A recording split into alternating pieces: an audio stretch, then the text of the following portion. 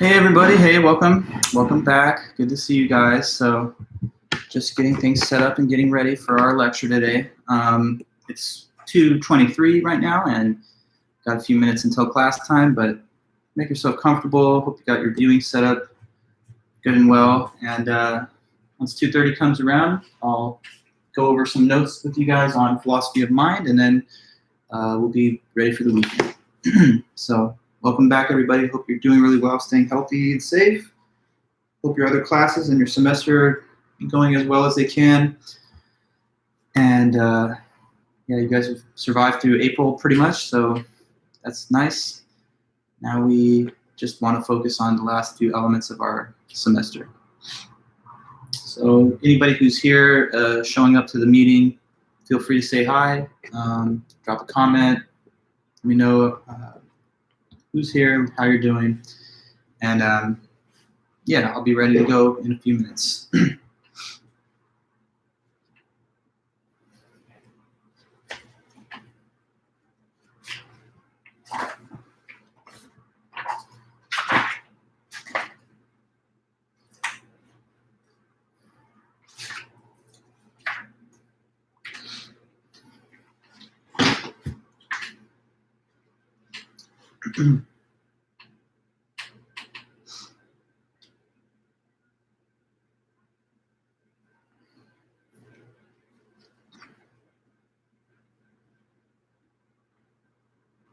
Hi, Arthur. Hey, good afternoon to you.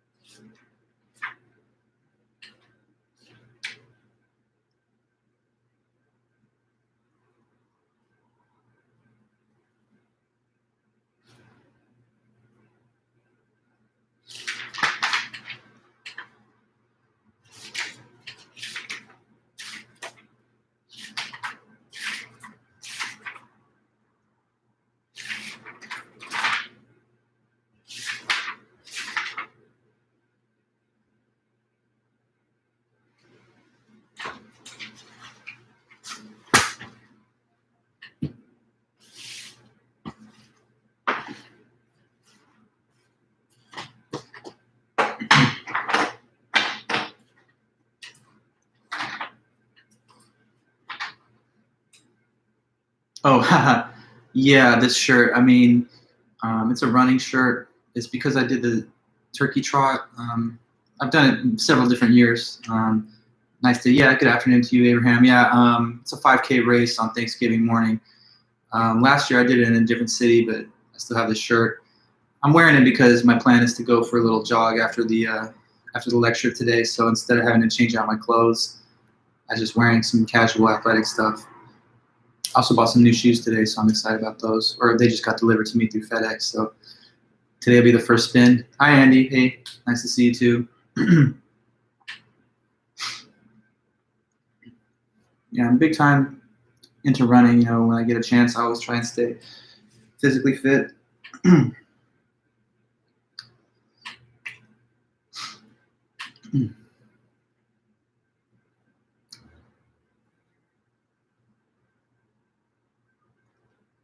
Cool. Couple minutes and all good to go.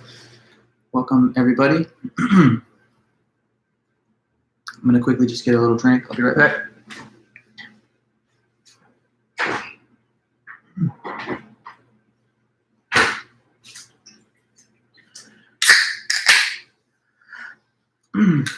Watermelon liqueur. I haven't tried this flavor yet, so it's pretty good.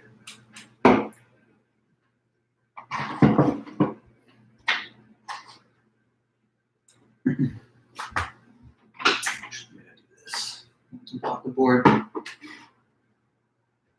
Cool.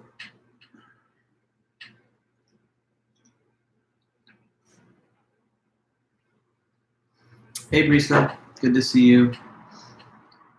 Good to see all you guys.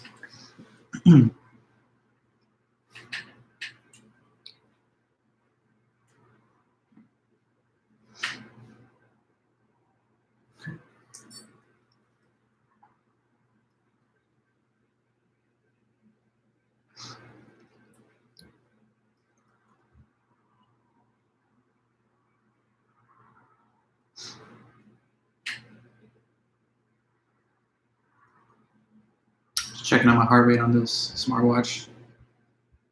It's pretty low, so that's good.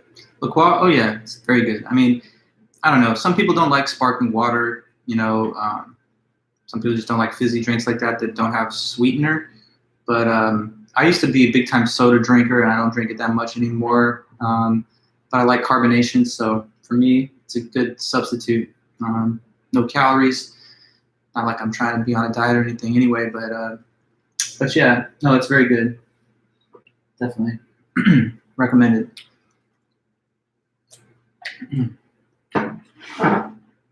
So, okay, a few more seconds, and I'll just hang in there.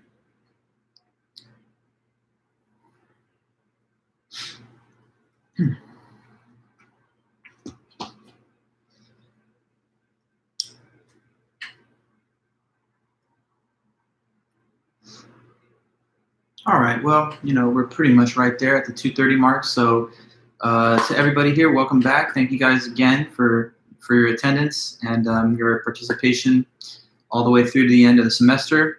We're getting very close to the last couple meetings. Next week, Wednesday, hi Nicole, next week, Wednesday, your guys' second essay is due. And then there's the final exam. Hey, Sean, nice to see you too.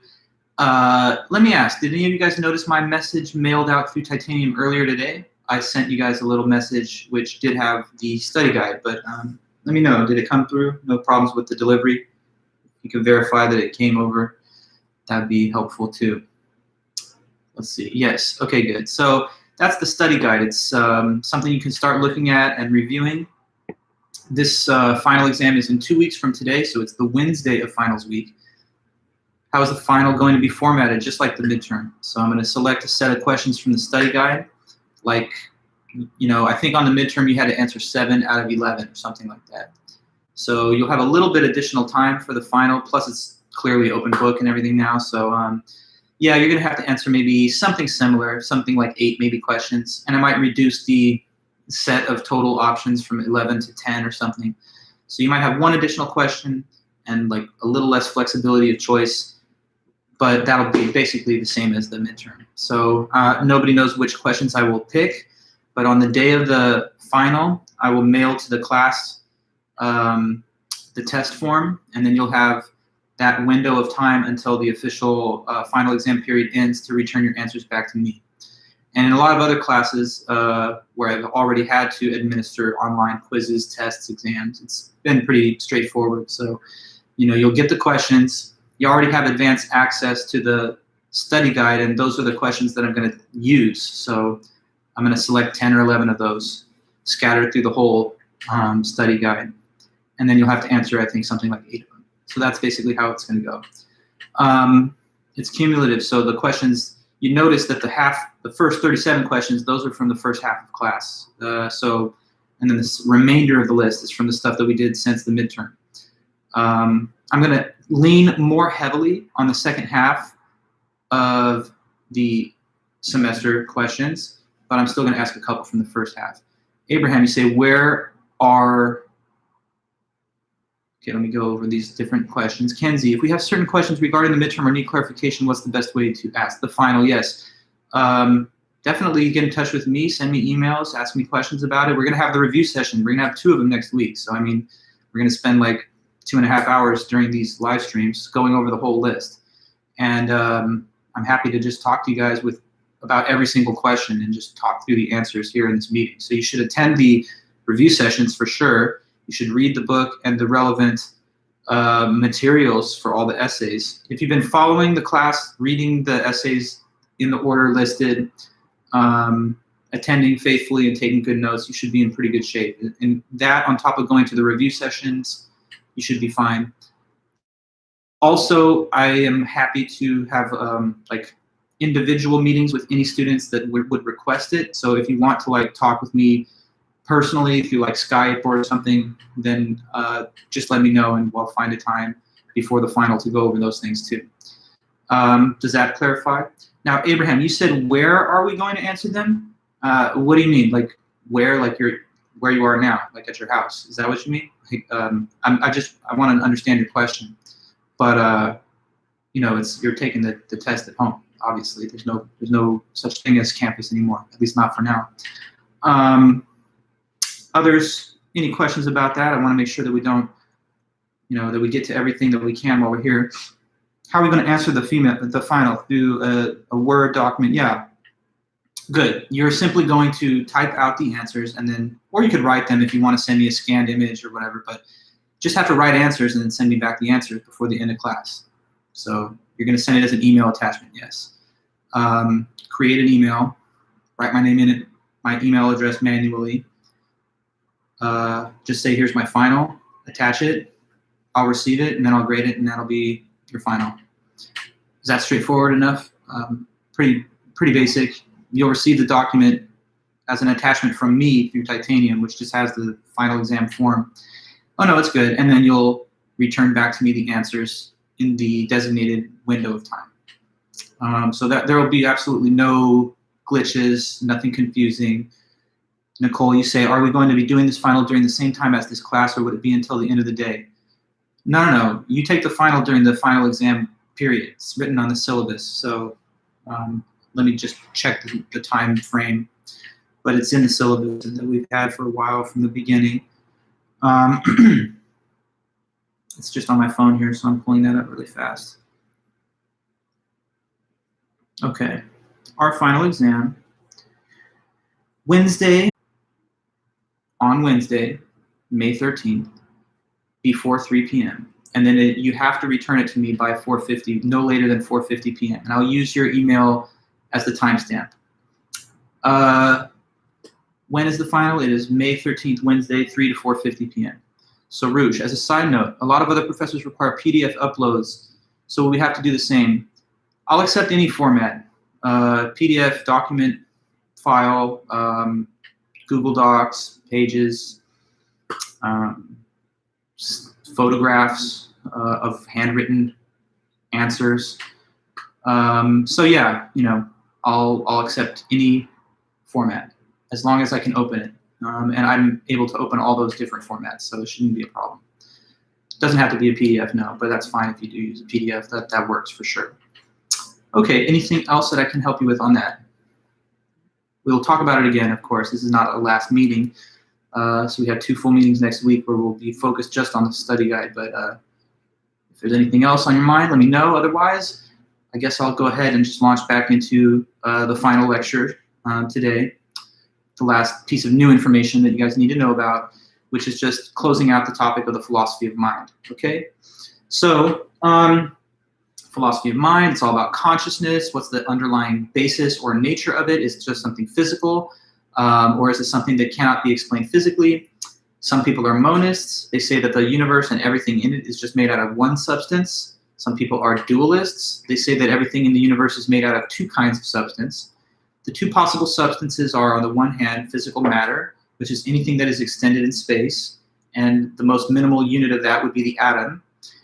On the other hand, the other possible substance is mind, which is claimed to be something that has no extension in space, no physical mass or size or shape, just literally no extension, but is thinking and has consciousness. So that's kind of like the idea of the soul, spirit, ghost, if you will.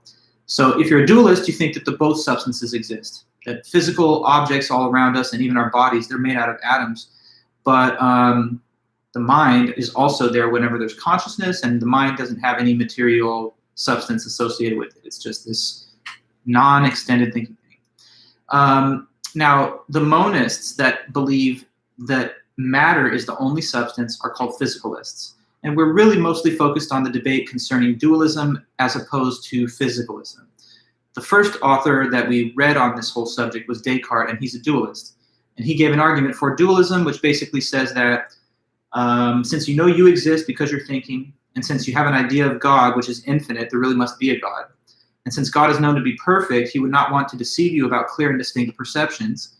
But one clear and distinct perception is that if 2 things could be imagined to exist separately, then they really could exist separately. And since the mind and the body can be clearly conceived of as existing separately, then they must really be 2 different things. So it's based on conceivability of the 2 things existing separately. And since that is clear and distinct, it must be true since God's not a deceiver. He also mentions afterwards that additionally, it's clear and distinct that external reality exists and that your body exists. And he gave certain reasons for those claims too. Okay, so after that, we started with the physicalist side of the whole argument, and that was what last meeting was mostly about. We talked about Daniel Stoljar's presentation concerning physicalism. So he first of all defines physicalism as the position that everything is physical. Then he says there's two questions you need to sort of deal with to get clear on that position. One is the interpretation question, which asks, what does it mean to say that everything is physical? And the other is the truth question, which asks, is it true that everything is physical? To answer the interpretation question, which he says has to be done first, you have to think about supervenience. Okay, so quick repeat summary of supervenience. The concept of supervenience is illustrated through the example of dot matrix images, or similar structures whereby the large features of it are ultimately based on the composition of underlying elements. So in a dot matrix picture, for example, you have a big picture that's made out of a bunch of little dots put in a specific order and pattern. And global features of the dot matrix would be large-scale aspects of it that is formed by the combination of the little dots. So if you had two dot matrices with the same exact pattern of dots in both cases, then they would have to have the same exact global features too. So if they have the same arrangement of parts, then they're going to be the same in all the holistic features too. On the other hand, if there were two different global features in two compared dot matrices, then they would have to have differences at the level of the order and distribution of dots. So the universe is claimed to be somewhat analogous to these dot matrix structures, because this universe is like a big thing that's made out of a bunch of little atoms. And the claim would be then that everything supervenes on the atoms in the same way that the global features of the image supervene on the dots. So that if there was another universe with the same atomic distribution of facts, then it would have to have the same global features as well. So in another duplicate universe, which was an atomic copy of ours, there would be a copy of you having the same thoughts and experiences, because all your thoughts and experiences is the pattern that is generated in the base level of atoms that everything supervenes on. After that, he gave two arguments that this is true. One was the argument from causal closure, and the other was the argument from methodological naturalism. And we spent some time at the end last time going over those. So we have a little bit more physicalism to talk about. The first thing I want to go over today is this man's work, J.J.C. Smart. Okay, so here's the next guy, J.J.C. Smart. Okay, so this is a philosopher who lived from 1920 until 2012. And in 1959, he wrote the paper that I'm going to discuss, which is called Sensations and Brain Processes.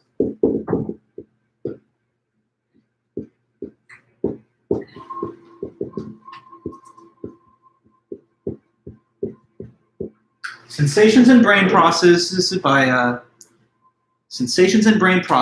J.J.C. Smart. So first of all, a word on the title. The title employs this term sensations, and when he uses that word, he has a specific thought or definition in mind. So sensations, as he's referring to them, are just any state of consciousness whatsoever. So what are sensations, or what is a sensation? That is just any state of consciousness.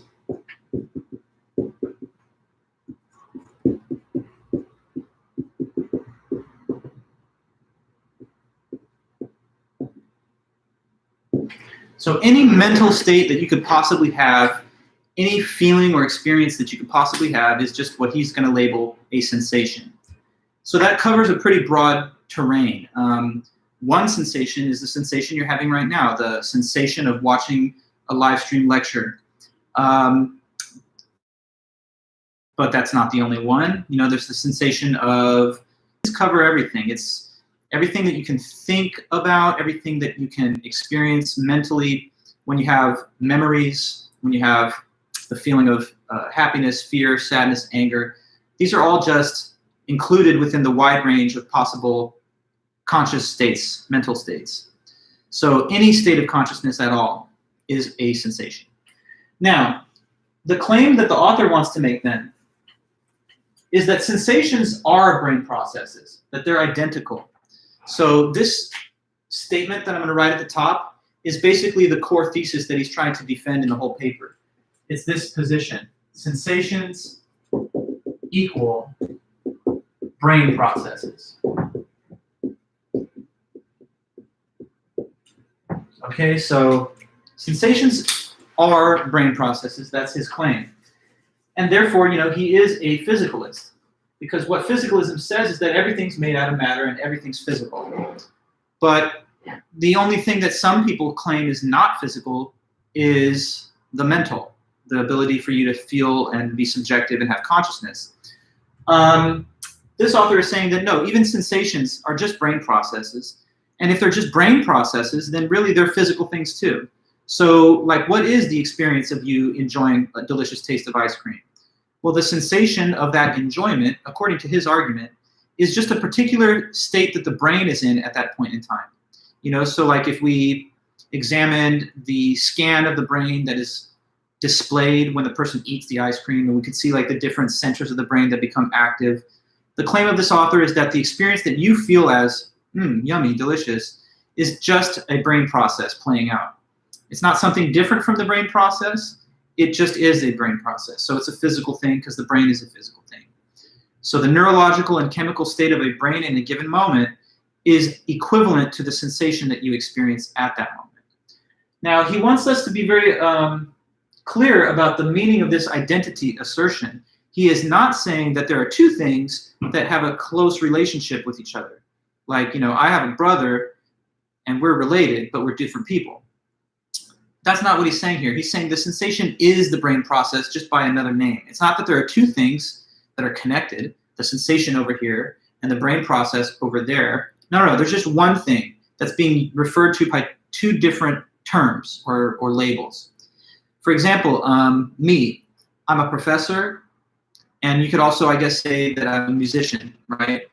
But there's only one person here. Even if we describe me in two different ways, the two descriptions don't lead us to conclude that there must be two different beings, because there's just one person. Whether I'm described according to different descriptions, the different descriptions don't multiply me into more than one individual. So that's how it is with these sensations. They're just brain processes described in the language of the subjective experience that you have, but they're not different from the brain process. Okay, now he's arguing that sensations are brain processes. One reason that he's doing that is because he thinks that it would be very odd if consciousness was the only thing that was somehow left out and excluded from our growing scientific understanding of reality. Why should it be that we think science and physics applies to everything outside of us, except within us, conscious minds, science has no ability to track that or explain it? So that, he says, is not the most elegant viewpoint about the universe. If it's one universe, then it should all be of one kind. It would be odd if there were two separate sets of laws, one governing the operation of objects in space, and another set of mysterious laws that we can't even comprehend that have to do with consciousness that is disjoint from space and from time and from physics. So he says sensations are brain processes. If they were not, if sensations were like what the dualist says, some kind of mind that has no physical basis doing its thing, then they would be what he calls nomological danglers. So terminology really quick from the author. Nomological dangler.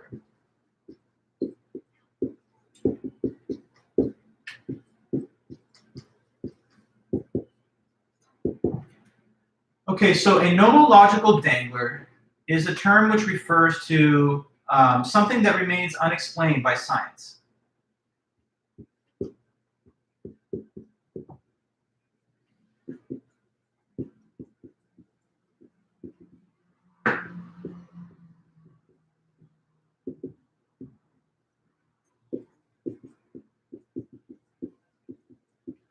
Nomological dangler.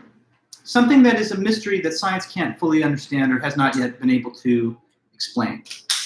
The word nomological derives from a Greek word nomos, which means of law.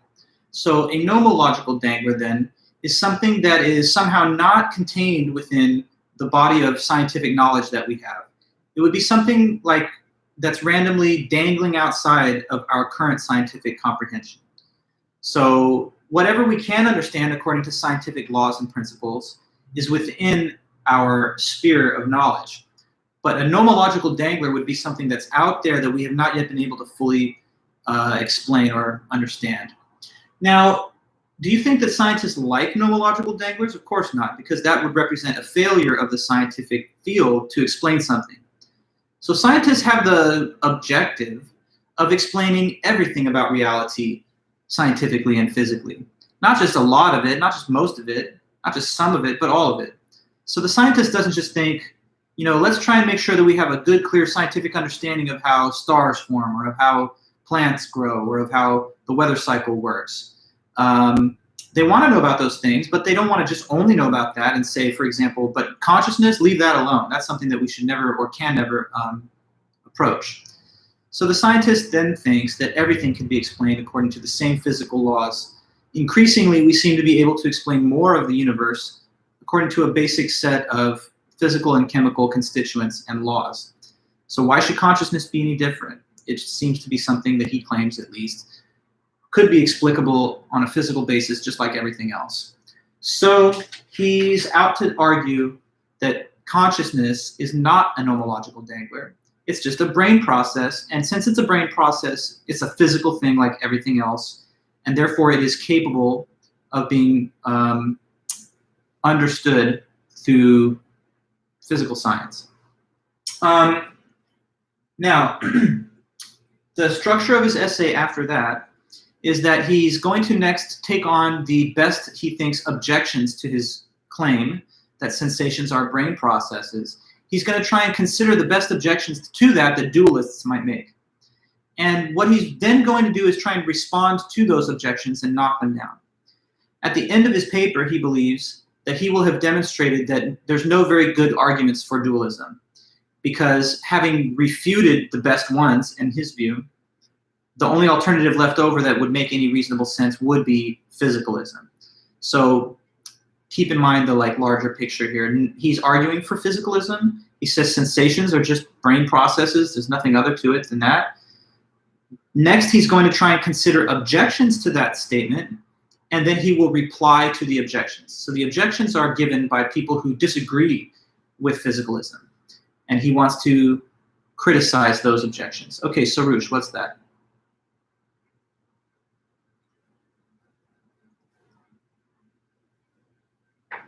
Or no? You let me know. I'm seeing the chat stream, so if you have a question, just let me know what it is. But maybe I'll get back. Okay, so you say this. So he says nomological danglers exist because scientists have to explain everything. No. Nomological danglers, he's saying, do not exist, and that is because the scientist has to explain everything.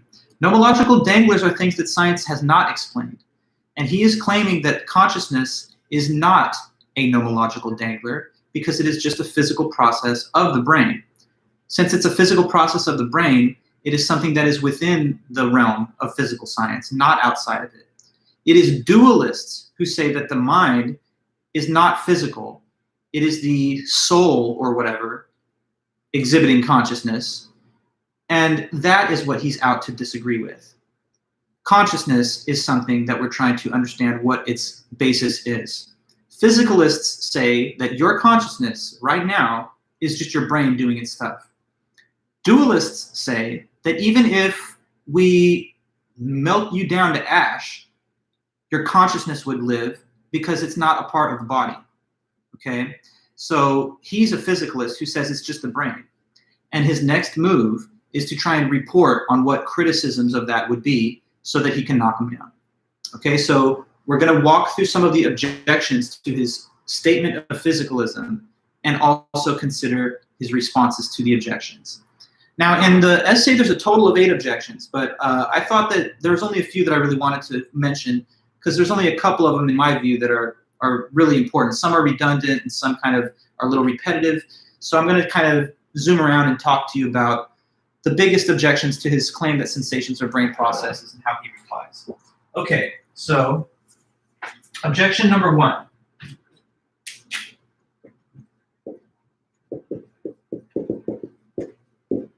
And again, objecting to what? To this, to the statement that you see at the top. What's the first objection that could be pointed towards the claim that sensations are brain processes? Okay, so he starts by this one.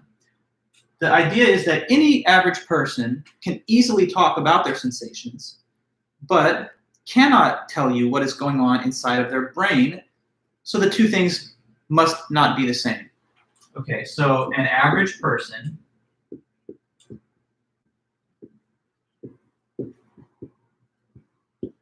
can easily talk about their sensations,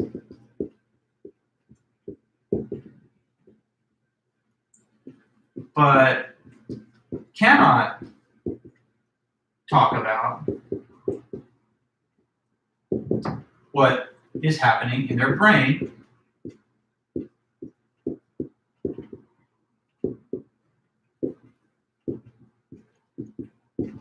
So the two things must not be the same,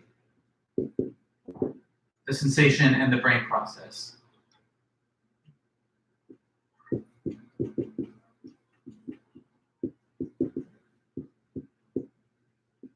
Okay, first objection, and let me reinforce and explain it better. So when you have sensations and you talk about them, that's something that we all do all the time. That's just talking about the experiences that you're having. So like if I asked you, did you watch Tiger King and what did you think? And if you told me, oh yeah, I watched it and I thought it was actually really boring, I don't know what all the hype was about, I kind of fell asleep. You're telling me in that case, your sensation of how it was to view it. Or if I asked you, how do you like this dinner that I made? And you're like, oh, it's delicious, this is actually really good. You're telling me about your sensation of experiencing the meal. And on and on and on. You could be like telling me, oh, I went for a jog yesterday and it got so hot that I kind of had to duck in the shade for a while. I was starting to kind of get out of breath. It could be anything. It could be any experience at all. But you're able to talk about those sensations. So when you share your experiences with people and you tell them what it was like, you're talking about your sensations. But notice this. You're not able, nor am I, to say what was happening in the brain, which is, according to this author, identical to the sensation. So when you say you had a delicious taste of ice cream, here's definitely what you don't say. Someone asks you, how's the ice cream? You'd be like, oh, let me tell you. So as soon as I ate it, over here in the prefrontal cortex, a lot of my neurons and ganglion cells started firing, and that resulted in dopamine release from the neurotransmitters over here at the cerebrum, and that was how it was. Look, see, so I'm really inventing a little bit of the description there because I'm not a neuroscientist, but I'm employing the jargon used by that field. The point is that an average person is able to talk about their experiences in everyday conversational language, but nobody has the ability to convert that experience talk into brain talk. And one might argue that if these two things are really the same, the sensation and the brain process, then we should be able to talk about them both with equal ease. I should be able to say to you, you know, I fell off the bike and it hurt my knee and that was painful. Or I should be able to say like pain centers in the brain, you know, were illuminated, but I can't do that. I can only talk about it on the experience level, but not on the brain level. So maybe there's two different things going on, the sensation and the brain process, but they're not identical. That's what this objection is claiming, okay? So it's saying they must not be the same thing, because when we talk about our sensations, we have no idea how that could be equivalent to anything going on in the brain. So maybe those are not the same thing. But JJC Smart defends his position against this objection. So now we have to hear about his reply. Here's the reply that he gives, okay? The reply is that two words or descriptions can refer to the same thing, even if a person is not aware that they refer to the same thing. Okay, so let me put that here.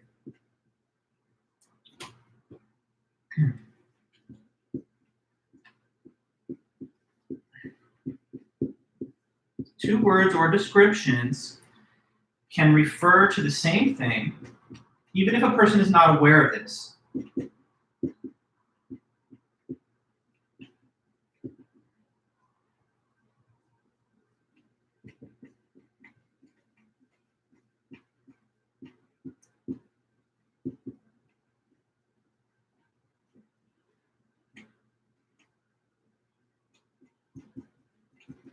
Okay, and if that's a little bit cramped at the bottom of the board, which it could be, I'm just going to type it also in the chat bar. So give me 1 second.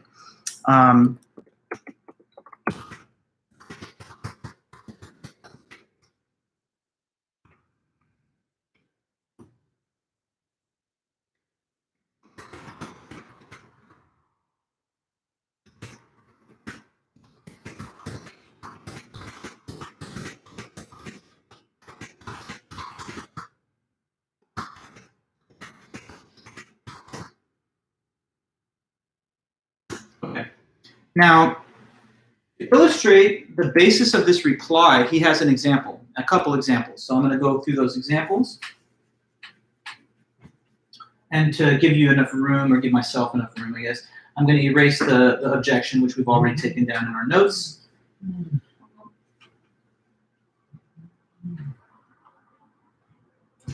Okay. Now, an example that is given of this concept here is this example of the morning star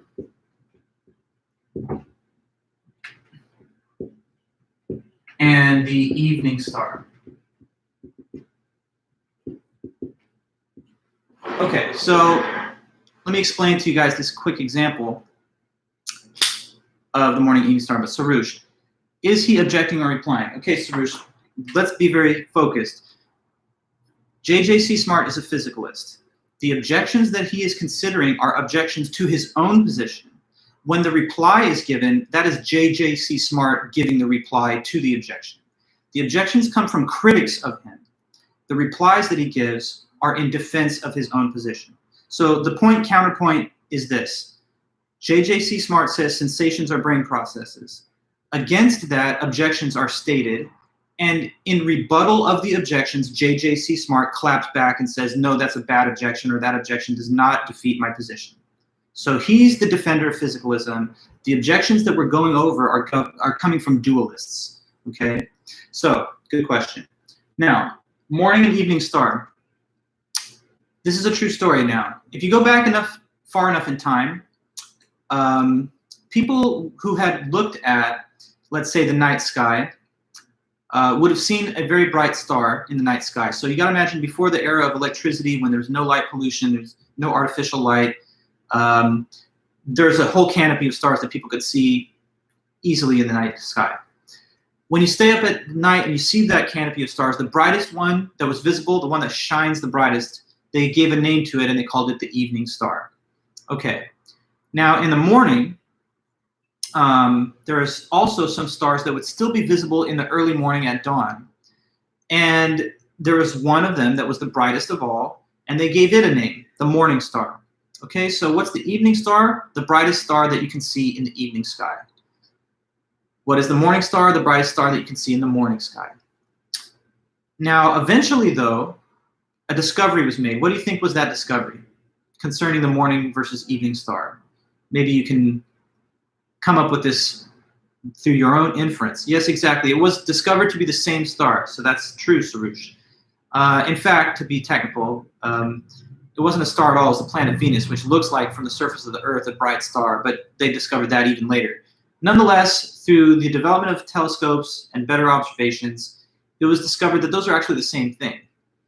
But you can imagine people before that thinking of the two things as two different objects just because there were two different labels. But clearly, though there were two different labels, morning star, evening star, and even though they were defined and described differently, brightest star in the night, brightest star in the morning, there's only one thing that they both referred to. And so that's a proof of the concept here. Two words can refer to the same object even if the person doesn't really realize that. So with your sensations and your brain processes, it sounds like just in language and in everyday conversation that those must be different things because we talk about them differently. We don't talk about the brain when we say, you know, how funny a joke was or how painful, you know, an injury was. And when you talk about brain processes, you don't ordinarily have to mention what the experiential equivalent of it would have been. But though there are two different terms and labels here, there's only one object that they both refer to. Like, so for example, if I went to some kind of party or whatever in a full costume and like a lot of makeup, and I introduced myself to someone under a false name, I say, hey, my name's John, let's chill, and I talk to this person, right? Then I leave. And I come back in a completely different, like Hollywood movie magic outfit and set of makeup. And I introduce myself as a different person. I say, hey, what's up? My name is Richard. So at the end of the day, this person could say, hey, I met two really interesting people at the party. This guy, John, and then he had to leave. And then later, this guy, Richard, and we had another cool conversation. They're really different people. Someday, all three of us should hang out.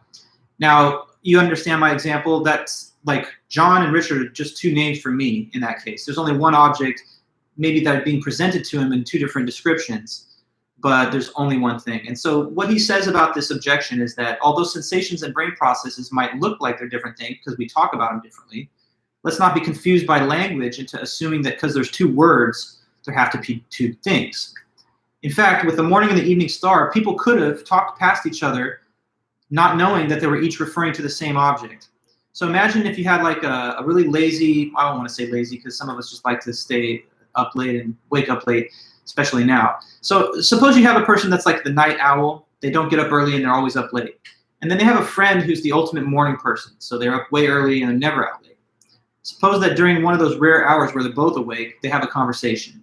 And the evening guy says this to his friend. Hey, morning man, I know you hate staying up late at night, but you're really missing out. You should stay up late at night at least one time because have you ever heard of the evening star? You got to see this thing. If you stay up late enough and you see the big bright stars in the night sky, there's this one that shines brighter than everything. It's called the evening star. You should check it out. The morning guy's like, well, I don't know. It's, that's a late night. I go to bed at 7, so I don't think I'm really going to be able to see it. But on your end, you're missing out on some stuff in the morning sky. I mean, I know you like to stay up late, but one of these days you should try and rise early because if you did, you talk about stars. Well, there's a star that's visible in the morning sky, and it's the most brightest one, and we call it the morning star. Have you ever heard of that? And the guy's like, no, I'm not a morning person, so I'll just take your word for it, but it sounds really nice. Now, look, these two people sound, again, as if they're talking about two different distinct objects.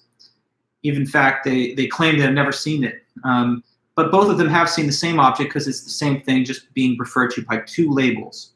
So what the outcome of this whole back and forth is that according to JJC Smart, sensations are brain processes. Even though when you talk about a sensation, you don't make mention of the brain, and probably you couldn't. But nonetheless, that's a difference in language, not a physical difference in terms of having two different things. So that's the first objection and reply. And really, that's like the core objection of this paper that I kind of wanted you guys to have the most deep understanding of. Because a lot of the other objections and replies kind of are just redundant, and they're subtle differences, but they essentially repeat the same kind of argumentative exchange that you see here. So I don't know, let me just give you like one or two more.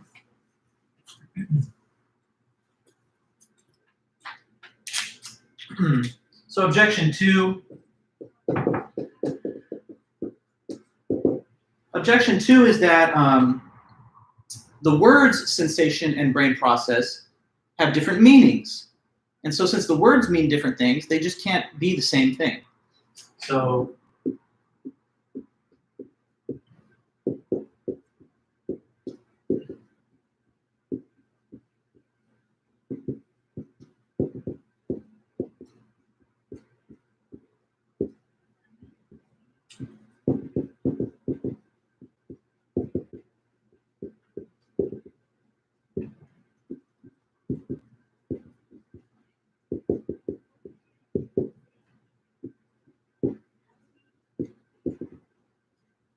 okay, and now just his reply to that is pretty straightforward. Again, it's similar to the first reply.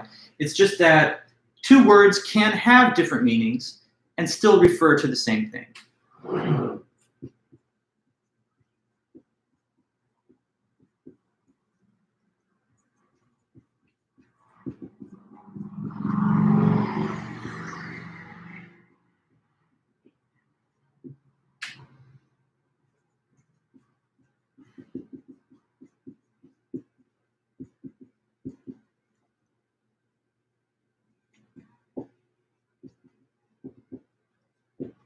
Okay, so once again, just because two words have different meanings, that doesn't mean that they don't always refer to the same thing. They can. Like with the case of morning and evening star. The definition of evening star is bright star in the evening. The definition of morning star is bright star in the morning. Now, those are two different definitions, but how many objects are there between those two terms? Just one. If I describe myself as my father's first son or Cal State Fullerton philosophy professor, first son of Chris Vulich does not carry the same exact semantic meaning as professor of philosophy at Cal State Fullerton who teaches Phil 100 dash whatever our section number is. But it's the same person. Those two descriptions refer to just me. So, language sometimes makes it seem as though there's more than one thing, when in fact the reference of the multiple terminologies just do refer to only one object. So whether it's expressed through the example of the morning and evening star or other examples, another one that author mentions is this, lightning versus electricity. If you go far back enough in human history, not even that far, people didn't know anything about electricity, but they always had lightning. So imagine a person who's totally ignorant of the fact that lightning is just an electrical discharge of ions in the Earth's atmosphere, and they just look at the lightning and they say, "Wow, big bright light in the sky." Now, the word lightning doesn't necessarily have the exact same technical definition as electricity, but it is just electricity. It's not like there's two things, the lightning and the electricity. Lightning just is a discharge of electricity in the atmosphere. So again, language can invent a plurality or a diversity of labels for just one object. And that's basically, again, what he thinks sensations and brain processes are. These are not two different things. There's two different words, but there's really just the brain process, which sometimes gets described as a sensation when you talk about the experience, and is other times described as the activity and functioning of the brain. But that's just two different labels for one object or one phenomenon, the physical brain process. Okay. So let's see. Just going to go with two more quick objections to this, and then I want to say a little bit to you guys with a few minutes that remain about Alan Turing. So objection number 4, skipping around a little bit.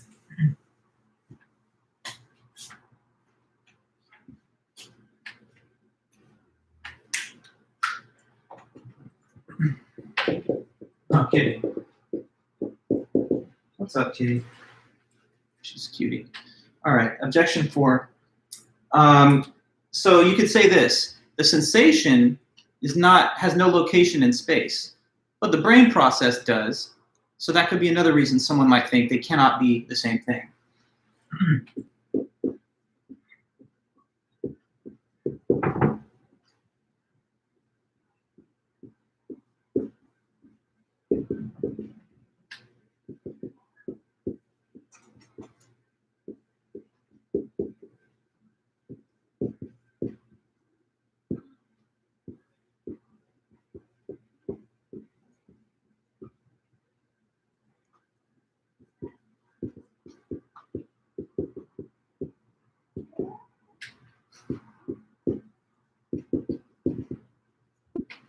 Okay, I'm gonna have to have Kitty step down a bit. I'm sorry, Kitty, but we'll hang out in like 30 minutes, okay?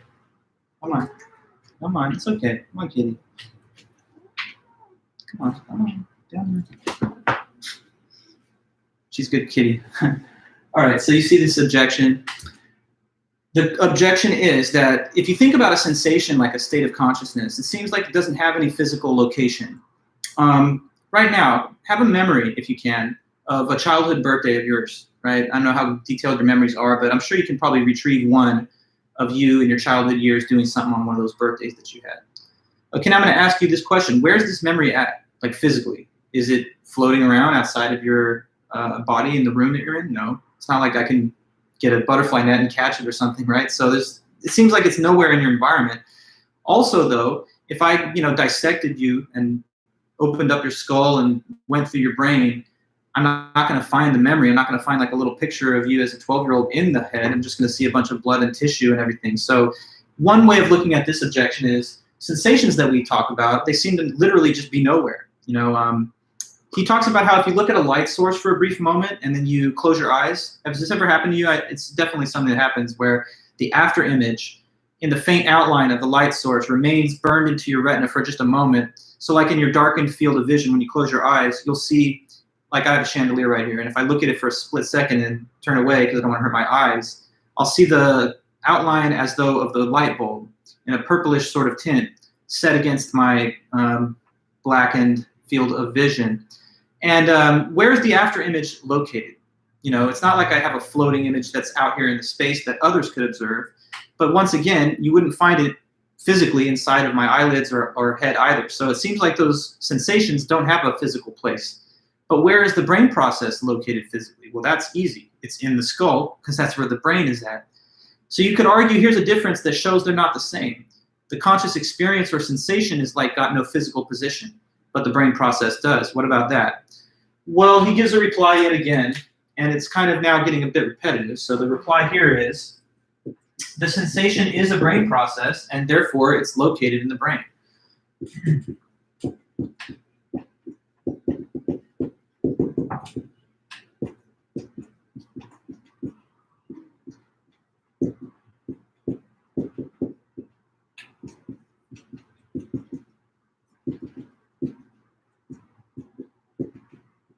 So he's basically just saying, that's false. It is located somewhere. It's a brain process, so it's located in the brain with all the brain processes.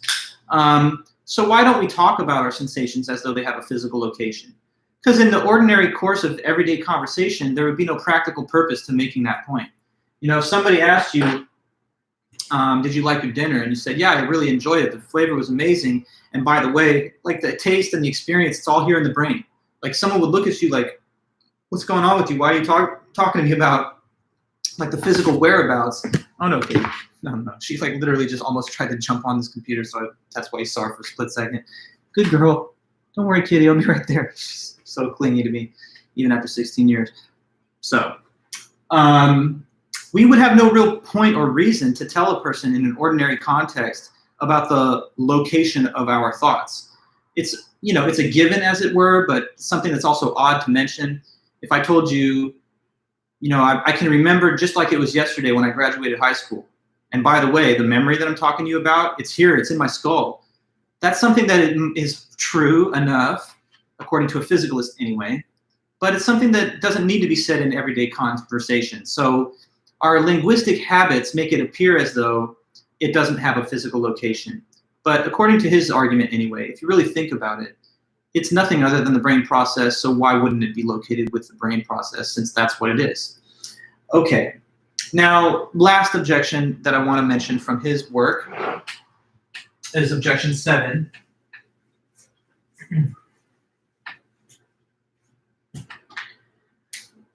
And the 7th one is, it's kind of like Descartes' objection, so it's like the dualist objection.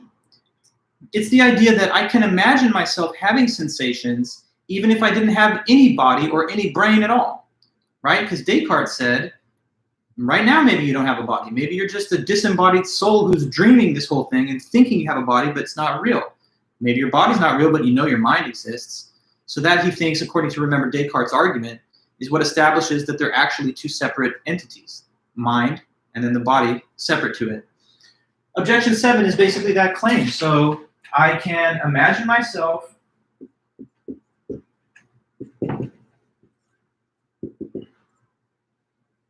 having sensations, states of consciousness, in other words, even if I had no body at all. So they can't be the same thing. These two things can't be the same thing. Sensations and brain processes. Okay, because, right, if sensations were brain processes, then you couldn't have the sensations without the brain, because they're one and the same. But if you think it's possible to imagine having sensations even with no brain at all, like maybe in the afterlife, or maybe if this was a whole illusion that you're living in right now, if that seems clearly conceivable, then that must show that sensations are different from the brain and its processes, because they don't even require the existence of the brain for those sensations to occur. He has a good reply to this, I believe. Okay, so what he says is, this objection is stating what he calls a ghost theory of consciousness. Because according to this position, when you imagine yourself being able to have consciousness without any body at all, you're imagining the concept of the consciousness coming from like a ghost or something. But he says, okay, maybe I cannot prove definitively that there's no such thing as like a ghostly spiritual thing that gives rise to consciousness. That has to be considered as a theory with an alternative theory available to it. And the alternative theory is the brain theory of consciousness.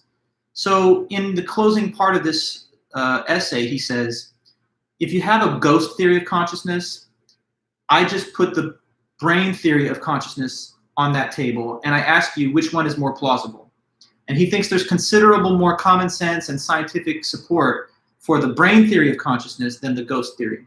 So what he says in reply to that is, fair enough, maybe you are just a ghost, and that's the way that your consciousness behaves and operates. But you cannot rule out the possibility that it's the brain, and by the way, there's a lot more evidence for that, because, for example, when your brain gets an injury, it can impair your consciousness. If you do take, maybe you shouldn't, but if people take drugs, the chemicals acting on the brain alter their consciousness. So why would that happen unless physical things occurring within the brain are the basis for the consciousness that you have?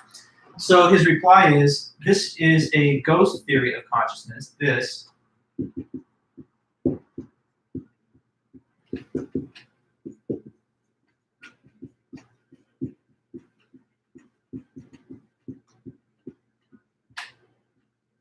but, and here's the key for him, but the brain theory of consciousness, which is his physical claim, is more reasonable, is more plausible. But the brain theory of consciousness is more plausible.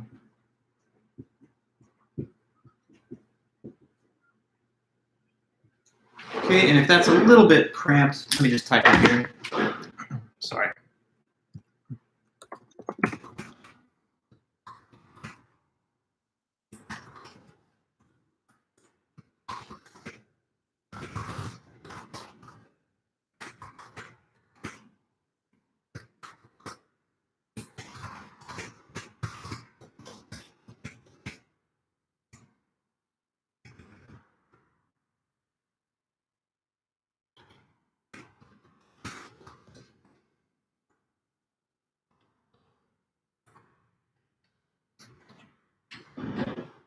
Okay, yeah, just type that and put that in the chat itself. So really that's about it. That's how he rests his case. And at the end of his paper, he says, you know, I've considered and I've taken the best shot, basically, of these dualists. I've told you what their objections would be to any claim that all the consciousness that you have is just a brain process. And he thinks that he has successfully replied to all those objections. Therefore, in the end, he sees that there's no very compelling arguments that would require you to be a dualist. And so in the absence of any such good arguments, he says, let's prefer to be physicalists because there's no such thing as nomological danglers associated with consciousness if you are a physicalist. Consciousness is thus just considered to be a branch of the physics of neurology and neuroscience. So that's how he closes it out. Well, there's one more little short thing I kind of wanted to at least try to go over with you guys, and then we're done with all of our lecture notes. Clearly, we didn't get to cover some things in the class. The last topic, it would have been fun and interesting, but you know, we made space for other things, and we had some delays and cancellations midway through the semester. Clearly, we didn't get to talk, therefore, about the last subject in the semester, which I had assigned as the value of life and the question of death. You know, how should we confront death and everything? But anyway, we had to stop somewhere. So we're going to just talk briefly about Alan Turing, and then we're done with all the philosophy of mind, and we just in review mode after that. Okay.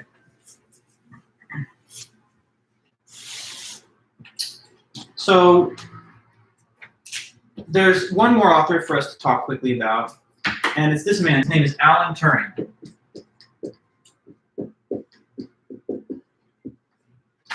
Turing, Alan Turing.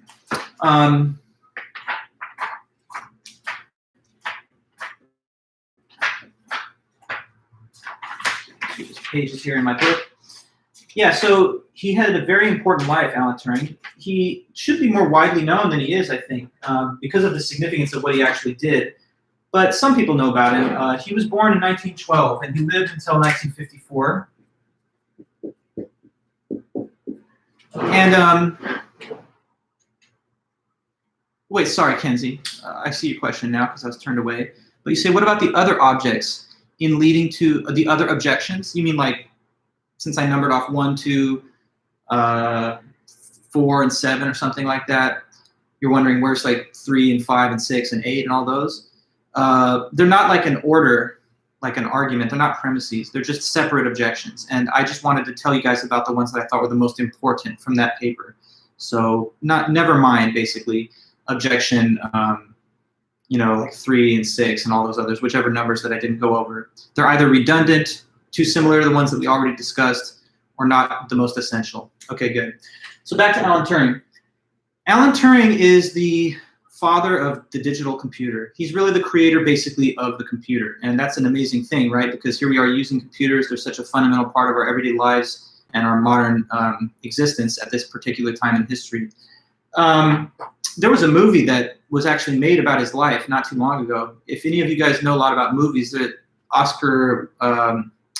Cumberbatch won the Oscar for portraying Alan Turing in the movie The Imitation Game. That didn't really focus too much on his computer science work, but more on his work assisting the Allies in World War II. So part of the reason that he became this amazing forefather of the computing world is because he was working for he's a British person. He was working for the British and the Americans during World War II, trying to crack codes and stuff that the Axis powers were using, like the Nazis, basically. And so he would intercept their messages, and that helped us win the war. So not only did he have an instrumental role in helping the Allies emerge victorious over Nazi Germany, but he also, based on the cryptographs and code-breaking methods that he had developed, is the forefather of the modern digital computer. Another thing about his life, just on his biography, he was a gay man, and at the time that he lived, there were like serious taboos and social norms that spoke against it in his country. In fact, because it was discovered that he was gay, he was prosecuted by the state, and they forced him to undergo a process of chemical castration, where he would drink this cocktail of chemicals that's supposed to destroy his sexual drives and his libido. It's a terrible thing for such a good person who made such an important contribution to have to suffer through. Of course, today, in the Western world, there'd be a completely different, I think, acceptance of his life. But anyway, how did he die? He died of cyanide poisoning, which officially is ruled suicide. Some people, I guess, speculate that maybe there could have been some type of foul play. But anyway, we owe him a big debt of gratitude to the extent that we're all using computers and they're so important for modern life. Well, since he created the computer, he had a lot of important views and opinions and arguments concerning them. In fact, he thought that someday in the future, not in his time, because computers back in his day were really crude and primitive and like the size of like a whole house, just to do basic calculations and stuff. But he thought that as computing machinery advances over time, he could kind of see into the future the possibilities. He said eventually these computers will be thinking, like they'll have consciousness like we have got. Now, I'm going to try and explain to you why he thinks that and what the method of testing for consciousness in a computer would be. That's the Turing test, or he calls it the imitation game. But he says eventually we'll get there, as computers with more and more processing power and data and storage capacity, they're eventually going to have consciousness like what we have as living organisms. Now, let me ask you this quick question philosophically. Suppose computers could have consciousness, right? Suppose that, by the time we're getting to the end of this century, you got like robots and stuff that feel and that think and hope and dream and that make friends with you and stuff. You guys go to concerts together and you just have experiences and laugh, whatever. Imagine that we ever built machines that had that full range of consciousness. Do you think that would support physicalism or dualism? If machines or computers, whatever you want to call them, robots, if they could actually have consciousness like you do you think that would lend support to physicalism or dualism? If machines could think and have consciousness, if they could, what would that be more in line with? Sarush, why? Why do you think dualism? Let me hear your reason.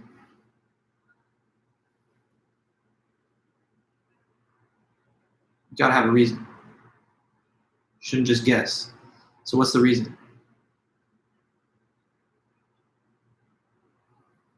No reason. Maybe you got one. I'm just waiting for you to write it out. So let me see. Anybody else?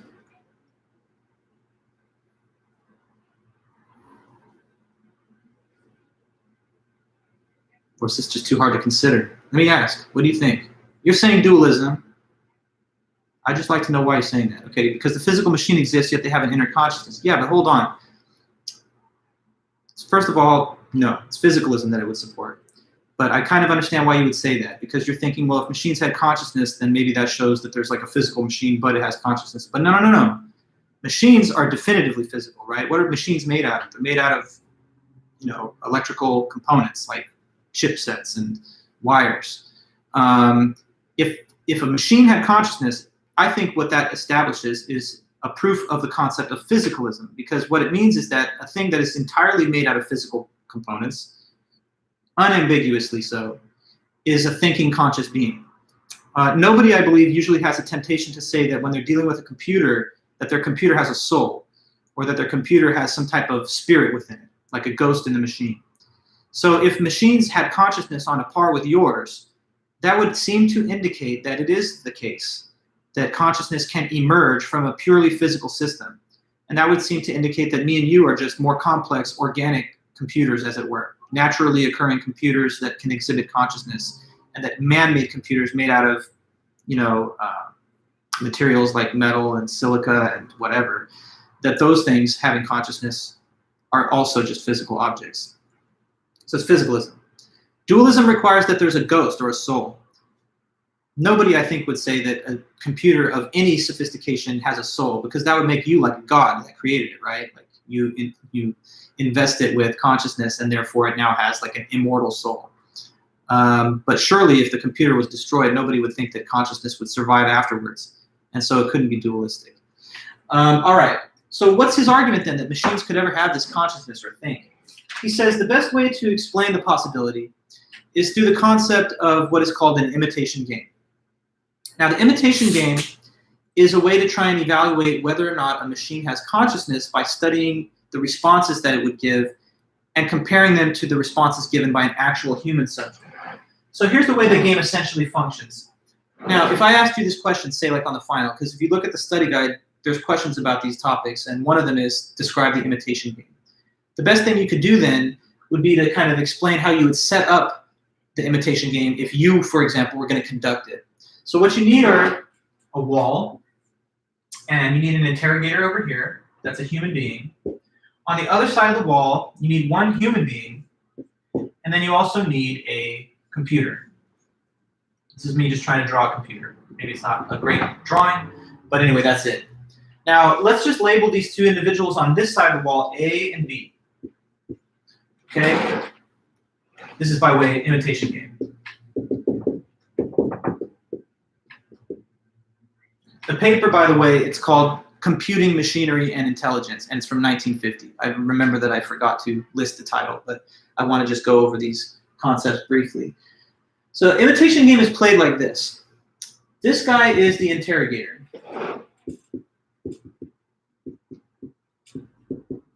And he has a simple job in a way. He's going to conduct interviews with these two individuals on the other side of the wall. Okay, and he's going to be able to talk to them each for the same amount of allotted time. Let's say it's like a 5-minute window. So he gets 5 minutes to interview A, and then he gets 5 minutes to interview B. Now, at the conclusion of those two interviews, when he's completed them both, it's the job of the interrogator in the game to make a judgment. He has to try and judge which one of those two people, A or B, or which one of those two things was the computer and which was the actual human being, okay? So he's using the interview to try and make a judgment about who's who. He knows that there's one machine and there's one human being, but he doesn't get told in advance which one is which. Okay, so what is winning the game for the interrogator? He wins the so-called game if after the interviews, he makes the right call. So in this case, it would be like, he interviewed them both, and then they asked him, so who is the human being? And if he said A is the human and B is the machine, then that counts as a win. But what's a loss? Just the opposite. If after the interview, he can misidentify which is which. So basically, if he said, I believe that A is the machine and B is the human, then in that case, he didn't successfully identify who was who. Okay, now, here's what Turing says. When will we have thinking machines? Well, specifically at this point in time, when and if an interrogator in this type of Turing test or imitation game, when that interrogator fails to make the correct identification about half the time, then that's when we should say that these are thinking things. Because that's when the behavior and the responses issued by the computer become indistinguishable from a rational judge from human responses. So that's what he says. He says, if we get to a point where you just can't basically tell the difference between an interaction with a machine and an interaction with a human, then that will be the criteria where we say they are thinking machines, okay? Now, let me ask you a couple of follow-up questions about the game. Based on your common sense, why do you think there's a wall between A and B? That should be an easy one. Why do you think that he has to ask these questions from behind a wall? Why is that important to the way the game is played? Why is that rule in there, that he has to be on the other side of a wall from A and B? Why do you think? I think there's a straightforward reason that you could see. What is it? So he can't see them exactly. Because the interrogator is blind, metaphorically, I hope you mean, right? Yeah, because if he is able to just look at them, then that would be a dead giveaway, right? And he would just say, okay, well, I could see that B is a machine because it's clearly an artificially constructed thing. It's not a biological life form. But that's not the point, right? The point is just to evaluate solely based on the content of the answers given and not the arbitrary fact about how it looks. Because whether a machine can think or not doesn't depend on whether it looks like a human being. It depends on the nature of the answers that it would give. Okay, now another question for you. How do you think the questions are sent and how are the answers sent back? In what medium do you think the questions are asked and the answers received? How do you think they exchange the questions and answers? What would be the method? Okay, Sarush, you say paper? Maybe. But if it's paper, what? It's got to be handwritten? That might be a little bit of a giveaway. So I could understand why you would say paper because it's not audible. That's important, yes. But maybe we would even do something besides paper, maybe. Like what? Text, right? So text. Typed questions and answers coming back and forth. Why should it be important that they're given in that way? Because, for example, if you ask these questions and receive verbal answers, then you might be able to hear that there's a robotic monotone or something from B, and that would be the giveaway. But it's not supposed to be a judgment based on its physical appearance, nor based on the sound of its voice, but just based on the nature of the answers that it gives. Okay, so A is a human being. B is not. What kind of questions do you think this interrogator gets to ask or would ask? Suppose you're the interrogator. In the full version of this class, when we had in-person meetings, I would even conduct a Turing test because there are chatbots out there that win like artificial intelligence prizes every year. We've gone a lot farther towards the fulfillment of his dream today in 2020 than when he wrote this back in 1950. There's such a thing called the Loebner Prize. It's like a big convention where AI labs from around the world go and they submit their best, highest quality chatbot to see if this Turing test can yet be passed. So far, no machine has successfully fooled an interrogator with enough reliability for us to say that we've reached the standard of thinking machines, but we keep getting closer. The most sophisticated chatbot that there is today is, oh man, who is her, what's her name? It's a Japanese name, this chatbot. I'm gonna find it because it's in my messenger if I go back far enough.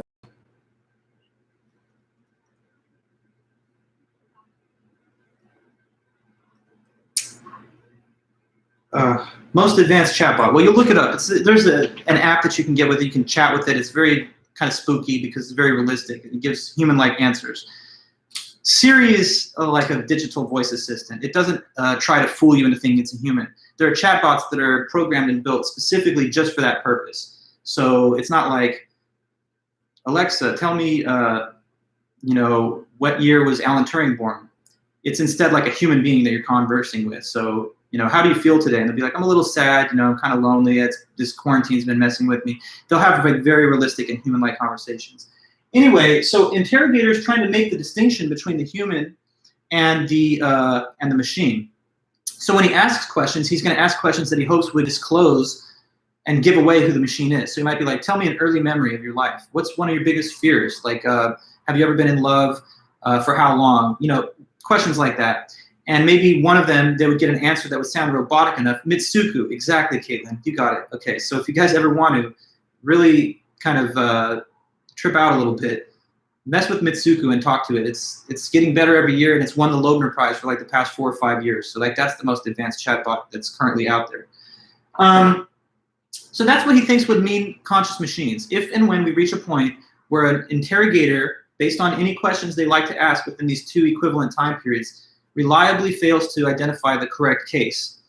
Some people, though, don't think that this is the right test for consciousness. So there's a whole set of objections. One is called the mathematical objection. That objection says that, well, they'll never really be conscious like we are, because for technical reasons, there are certain questions that a computer cannot answer. And that's not the same with a human. So like, say you take a calculator and you ask it to divide a positive number by 0. It doesn't return any result because that's not a defined operation in math. So it just says undefined. But if you asked a human being what that was, they wouldn't just be like, cannot compute. They would be like, I don't know, it's kind of a weird question or something. So you might say that's one thing that indicates that there's not real consciousness there, because there are computational limits on the type of questions that a computer can answer. In reply to that, Alan Turing has a unique rebuttal. He says, well, you know what? You think that that's a difference between you and the computer, but actually it's not, because we're the same. There's actually questions that a human mind cannot possibly comprehend or give an answer to either. So if I ask you, what's the biggest number, for example? You're not a computer, you're a human, but can you give me an answer? You really can't. You might think, okay, infinity. But what we've learned through set theory is that if you take the power set of infinity, meaning you raise it to the power of 2, then it has a cardinality that's larger than the size of the original infinity. And now it's an uncountably infinite set as opposed to countably infinite like the natural numbers. So it seems like you really can't give an answer. Or if I ask you, I don't know, what's the smallest number? Same kind of idea. There's always a way to expand the decimal position out to a further unit, and therefore that is an unanswerable question. If I ask you, has the universe always existed, or did it start at some point in time? That's a question that you're going to have a hard time answering, because both answers seem kind of mind-boggling. If it's been there forever, then there's no cause. If it started at some point in time, then it came out of nothing. So he says, even though we don't often think about these deep, penetrating, hard questions that are almost impossible to even fathom, we're kind of like the computer in that case. We just are pressed up against bigger limitations than the computers are in terms of the outer limits of what a human mind can possibly answer. So he says, we're not different, we're just more powerful. We're like really advanced supercomputers, these brains that we have. But there still are similar limitations in terms of some things that you can't quite answer either. Another objection is that no matter how well these things perform, they're never really feeling anything. They're just, operating according to a program. So, the machine might say, I'm feeling unhappy, but there's no real feelings that are happening. It's just like, that's a response that it's programmed to give when it's issued a question that has to do with some type of emotional state. And you might say that's the difference between us, real conscious beings, and these not real, like fake conscious beings, these computers, because they may behave and like act and talk like they're thinking, but there's no experiences going on inside that's different from us. In reply to that, Alan Turing says, well, you couldn't really prove that, could you? Because you're not the computer having the thoughts. So all you're saying is, based on its behavior, I don't think it has consciousness, inner consciousness. But you really are not in a position to say, because the only individual whose consciousness you can ever access, and remember Descartes said this, is yourself. But clearly you don't think you're the only mind, right? I mean, maybe you thought that for a half second when we were talking about Descartes, but to be real, nobody thinks that there's no other minds out there. And how do you judge that any other human being has a mind? Well, not by being them, having their thoughts, but just by observing them and seeing how they act. So if and when we get to a point where the observable behavior of computers is indistinguishable from that of humans, he just says it would kind of be an unfair criteria to say, I don't think you're a conscious being because I can't be you experiencing your thought. because you'll never be anybody except yourself experiencing your own thoughts. So he feels like that's just an unfair condition to require. And then there's also the point that you could argue, well, machines, they can only do what they've been programmed to do, but we are different. You know, you today could do something really random, like that you've never done before, but the machine is only ever going to be locked into the aspects of its programming. So there could be claimed another difference, another objection to his assumption that, you know, when machines pass the Turing test, they'll be conscious. Because why? Because some argue, well, that's not true, since machines only do what they've been programmed to do, but we can do any random thing, and we can just be spontaneous and creative. Responding back to that, Turing has another interesting point. He says, well, you know, you don't think about it much, but actually you're not any different from the computer here either, because you yourself can only do the things that you're programmed to do. For example, like 2 weeks ago, could you have talked about the Turing test? Well, maybe if you've already studied it, but like, for example, if you never had studied it, you couldn't have talked about it then, but you can talk about it now. Now, what's the difference between that time and now? Well, you've been given the information from me and from the book, which comes from an external source. So you're actually only able to act on and interpret information that you have acquired from somewhere else. But without that acquisition, you can't think about it yet, right? So you're kind of like the computer in the sense that you can only reflect on things that you've already been inputted with from some external source. A baby that's born today can't speak this language that we're speaking, not yet. But later on, it will speak the language. Now, what is the difference between day one, birth, and like, you know, 20 years later, you guys talking and acting as adult humans? Well, it's because the language is given to the child by its parents, by its community, by its environment. But without that external inputting, it never would have acquired the language. So are we really different from the computers, or are we just on a higher order of complexity as very advanced thinking things, and machines are kind of like rudimentary versions of what we have, but they're able to someday attain consciousness? I don't know. Maybe we'll see. I mean, we're living in an interesting century, so if everything gets back on track like we all hope, and I'm sure will happen, then maybe we will, at some point in the future, be dealing with machines on a higher order of complexity than anything we've ever encountered in our own lives, right? I mean, if you go back to the year 1950 when Turing lived, there were no video games, there were no computer simulations, there were no, like, you know, computer-guided missiles and all of that. I mean, so today we're living in a whole new world when it comes to computing technology. And if you project ahead to another 40 or 50 years, given the timescales that keep contracting with each new technological advance, maybe there will be like full-blown, you know, Siri and Alexa and stuff are just the leading edge. But eventually we'll have full-on conversations. This is a possibility, maybe.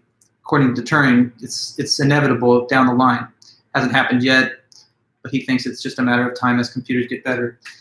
So I've talked to you guys today about a lot of stuff. I tried to cover two things, J.J.C. Smart and Alan Turing. Now that we have gone over them, that's really it. So you have your study guide. Your paper's due next Wednesday, so focus on getting the paper in and coming to the review sessions next week. And then I'll be grading those papers. I'll definitely finish them before the weekend is over, and so you can get your scores at least 48 hours before the final. All right, guys. Well, thanks so much. I know everyone's got stuff to do, so I'm going to let you go. But take care. It's good to see you guys, and I'll be back with you on Monday. Let me know if you need anything over the weekend or anything else through email. Okay? See you then. Bye-bye. Hey, kitty. Okay, I'm going to hang out with my kitty.